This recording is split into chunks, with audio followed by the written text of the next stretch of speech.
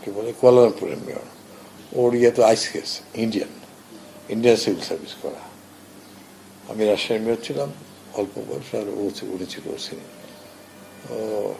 ওরা তো অন্য জায়গা থেকে শিখে গেছে, আর আমরা আমাদের ছোটরাও যারা আছে, যারা নিউ লিডারশিপে যারা আছে, এদের উপরে সবার একটা বিরাট একটা অগাধ একটা ধারণা আছে দেশকে আগে নিয়ে আসলে। এইভাবে তো চলা ঠিক না। আরেকটা জিনিস হচ্ছে যে আপনি যে তারেক রহমানের কথা বললেন, প্রধানমন্ত্রীর কথা বললেন, প্রধানমন্ত্রী সততার তার যে নিদর্শন রাখছেন, সে কাজ করছেন, সেই ক্ষেত্রে আপনার এর আগে যিনি প্রধানমন্ত্রী ছিলেন, যিনি পালিয়ে গেছেন পরে, সেই প্রধানমন্ত্রীর সময় যারা স্টাফ ছিল এই ভূমি মন্ত্রণালয়ে বাইরে বিভিন্ন সেক্টরে কাজ করছে, তাদেরকে রেখে কি আপনি কাজ করতে পারছেন?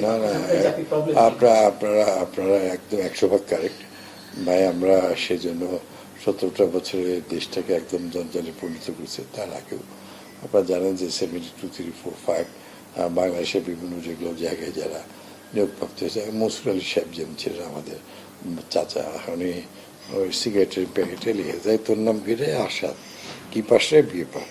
আসাদকে ওসি হিসাবে নিয়োগ দেওয়া হলো। তারপর বলছে তোর নাম ফিরে, আমার নাম কামাল, কি পাস, আমি হচ্ছি 8 পাস। আর কামালকে পুলিশ হিসাবে নিয়োগ দেওয়া হলো। এখন কি হয়? তখন হয়েছে, যেটা বাস্তবতা।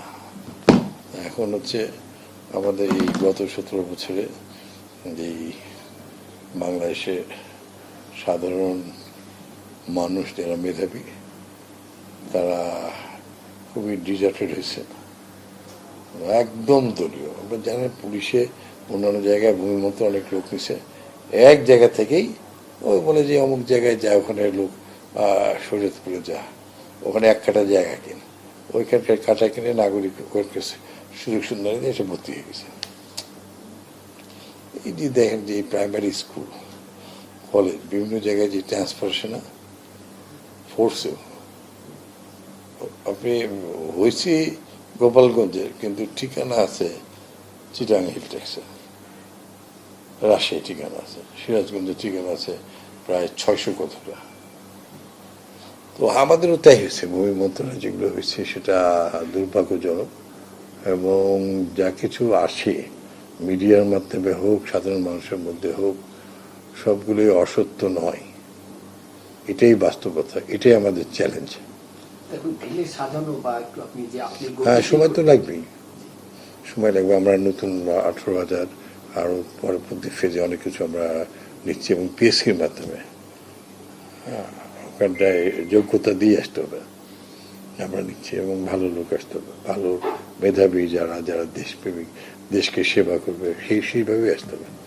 আমি পড়ালেখা কোনো কিছু জানি না, আমার তো বা কিছু বুঝিও না, বলতেও পারি না। আমি কেন ওই জায়গায় যাব? আমার তো জায়গা আছে, আরো অন্য জায়গায় চাকরি করবো। হ্যাঁ,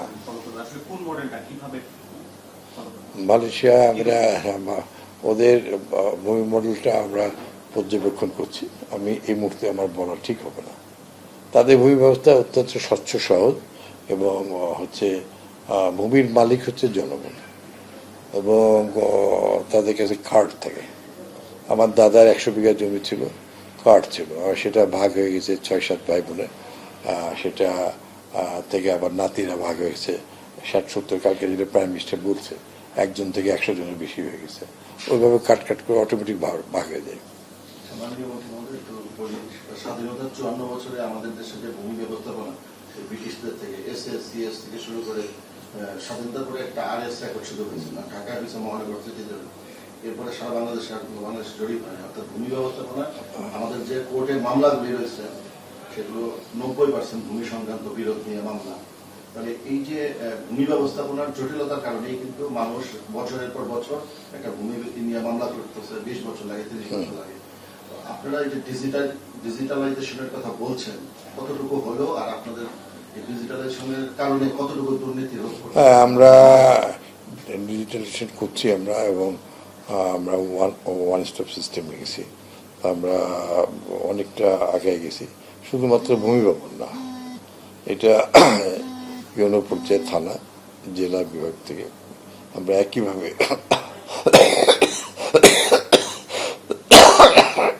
কিছু সময় লাগবে। আমরা এটা ইস্টাবলিশড হয়ে গেলে আস্তে আস্তে আল্লাহর রহমতে এটা মানুষের দূর করে পৌঁছাবে। এবং আমাদের এই যে আমরা কি করছি এটা তো আমরাই বুঝাতে পারিনি এই 3 মাসে। হ্যাঁ, তো আমরা তো এখন তো এই যে নতুন আপনাদের মাধ্যমে সচেতনতা সৃষ্টি হচ্ছে, ফেসবুক, ইউটিউব, তারপর আমাদের প্রতিমন্ত্রী ও নিউ জেনারেশনের লিডার, ও এগুলো জানে ভালো, তাকে দিয়ে আমরা করাচ্ছি, সবকে দিয়ে, এবং যারা এক্সপার্ট আছে তাদেরকে দিয়ে। আমরা আশা করছি যে ইনশাল্লাহ আমাদের অনেস্টি সিস্টেমে যে কাজ করছি সততা এবং নিষ্ঠার সঙ্গে এবং ওই অবস্থায় আপনারা এগুলো স্বচক্ষেই দেখছেন। আমরা আশা করছি ইনশাল্লাহ। ডিজিটাল জরিপ কিন্তু পাইলট প্রকল্প একটা চলতেছিল সারা দেশে। এটা একটা পাইলট, না এটা চলছে এবং আরো এটা সারা দেশব্যাপী হবে।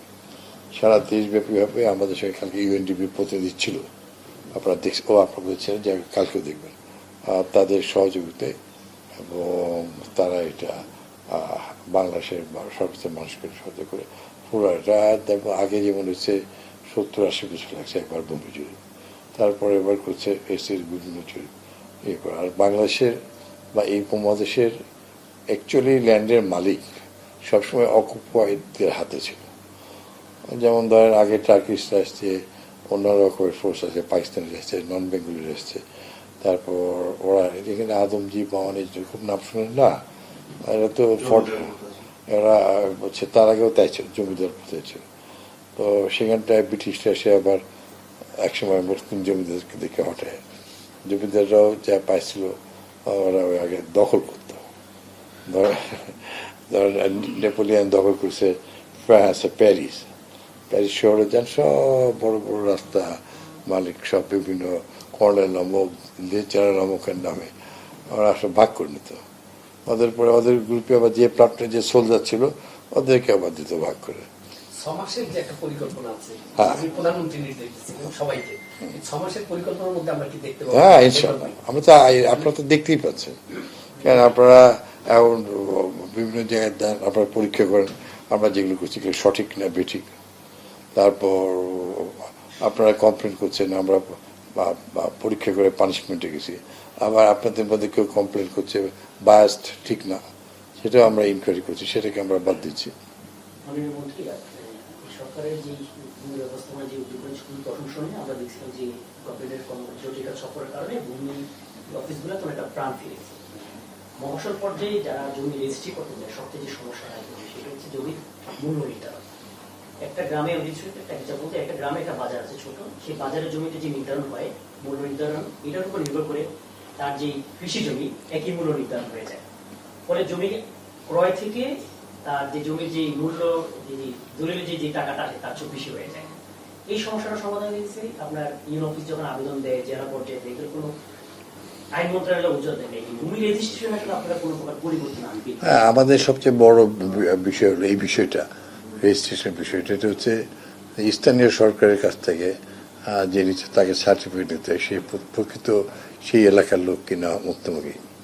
তারপর দেখা যায় বাইরের লোক ওখানকে বিভিন্নভাবে নাগরিক সেরে যায়, তো এটা তো ওই এলাকার লোক নাহলে পারবে না।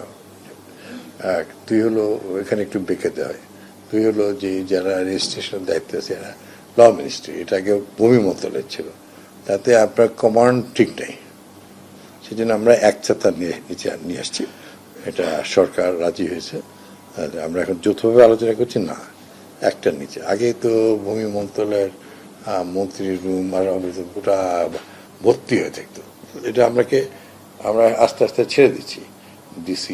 ডিসির সঙ্গে ইউনো এসি ল্যান্ড আছে, এডিসি ল্যান্ড আছে, বিভাগীয় কমিশনের সঙ্গে অ্যাডিশনাল কমিশনার ল্যান্ড আছে, এবং তাদেরকে আমরা আমাদের প্রশাসন থেকে উচ্চতর ভূমি বিষয়ে প্রশিক্ষণ দেওয়া হয়, রেজিস্ট্রেশন বিষয়ে প্রশিক্ষণ দেওয়া হয়। সেখানে রেজিস্ট্রেশন এটা কি ল মিনিস্ট্রি, ল মিনিস্ট্রি থেকে আপনারা চাচ্ছেন যে আসলে এটা ভূমি মন্ত্রণালয়ে ফিরে আসুন?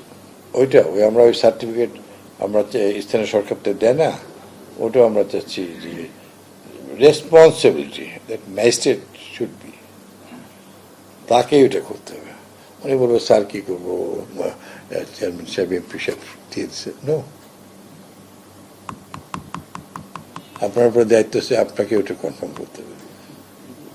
আর এমনি কোনো কার্ড করবেন কিনা? হ্যাঁ, অবশ্যই। যে ভোটাধিকার এই যে ফ্যামিলি কার্ড, এই কার্ড তো না, আমাদের তো যে সিস্টেম রয়েছে একই রকমের, মানে এই বিষয়টি নিয়ে আমরা চিন্তা করছি। তবে ফ্যামিলি কার্ড, কৃষি কার্ড হচ্ছে সেটার দরকার ইয়ে করা আমাদেরকে, আমরা আমাদের নতুন সিস্টেমে আমরা ইনশাল্লাহ করে ফেলব। এই কার্ডের লক্ষ্য কি হবে, মানে এটা কিভাবে? না না, কার্ডের এখনো কোনো সিদ্ধান্ত হয়নি, ভূমি কার্ড না। আর একদম সবশেষ যেটা জানতে চাচ্ছিলাম সেটা হচ্ছে যে এই আপনি এই নতুন আসার পর সাবেক মন্ত্রীর কোনো দুর্নীতি আপনার ইয়ে হচ্ছে কিনা, বা আপনারা সেই দুর্নীতি তদন্তে কতটুকু অগ্রগতি আছে? আচ্ছা, এটা সাবেক যে মন্ত্রী ছিল, এটা আপনারাই খুব ভালো জানেন, বাংলাদেশের মানুষ ভালো জানে, এবং এটা আমাদের জন্য দুর্ভাগ্য, এবং আমাদের সমগ্র জাতির জন্য, সারা পৃথিবীর কাছে, মানুষের কাছে আমরা অপমানিত। তো তাই এই বিষয়টা নিয়ে আমাদের হাই পাওয়ারফুল হচ্ছে টিম কাজ করছে, এবং যেগুলো আসবে সেগুলো আমরা সংসদ দুর্নীতি দমন সংস্থায় দিয়ে দেবো। আমাদের নিজের মিনিস্ট্রি থেকে ইনকোয়ারি করে করবো না, কারণ উনি ছিল, কারো না কারো প্রতি তো একটা রিলেশন থাকতেই পারে, স্বচ্ছতা আনার জন্য। এটার জন্য কোনো কমিটি গঠন করা হচ্ছে কিনা? হ্যাঁ, এটা আমাদের এটা নীরবে কাজ চলছে। আমি এটা ওপেন আমি করছি না, তাহলে পরে ওপেন হয়ে যে যাবে তো তাদের কাছে সব দেওয়া যাবে। ঠিক আছে, ভিতরে ভিতরে আমরা সব করছি। মানে এর মধ্যে একটা প্রশ্ন একটু ক্লিয়ার হওয়ার জন্য কি বিষয়টা, সেটা আপনি যেটা বলছেন যে ওই যে ভূমির যে মালিকানা যে কার্ড, একটা কথা বলছেন যে আমি এখন একটা কার্ড আছে, পরবর্তী আমার যে প্রজন্ম আসবে এইটা একটু বলে, হ্যাঁ, এটাই হয়ে যাবে, এটাই হয়ে যাবে। তারপরেও আপনার আমাদের হচ্ছে যারা হচ্ছে এই পর্যায়ে আছে, বিভিন্ন কনস্টিটিউন্সি এমপির আছে, তাদেরকে আমরা বলে দিয়েছি প্রত্যেকেই ভূমিমন্ত্রী সমপর্যায়ে, তোমাকে নির্বাচিত করছে, তোমার এলাকায় তোমার দায়িত্ব। এখানে অফিসারটা ভালো না খারাপ, বা ঘুরাচ্ছে বা নিয়ম করছে, মিসবিহেভ করছে, এটা সেবামূলক প্রতিষ্ঠান, মানুষ আসবে, তাদেরকে সেবা দিতে, ভালো ব্যবহার দিতে হবে। আমার জানা মতে একজন অফিসার একটা ফাইল নিয়ে একটা গরিব মানুষ হবে গেছিল, ফাইলটা দেখে সেইভাবে ফেলে দিচ্ছে আমার কাছে। আমি তারপর চেক করছি, ঠিকই, সঙ্গে সঙ্গে তাকে স্ট্যান্ড রিলিজ করা হয়েছে এবং পানিশমেন্টের সম্মুখীন হতে হচ্ছে।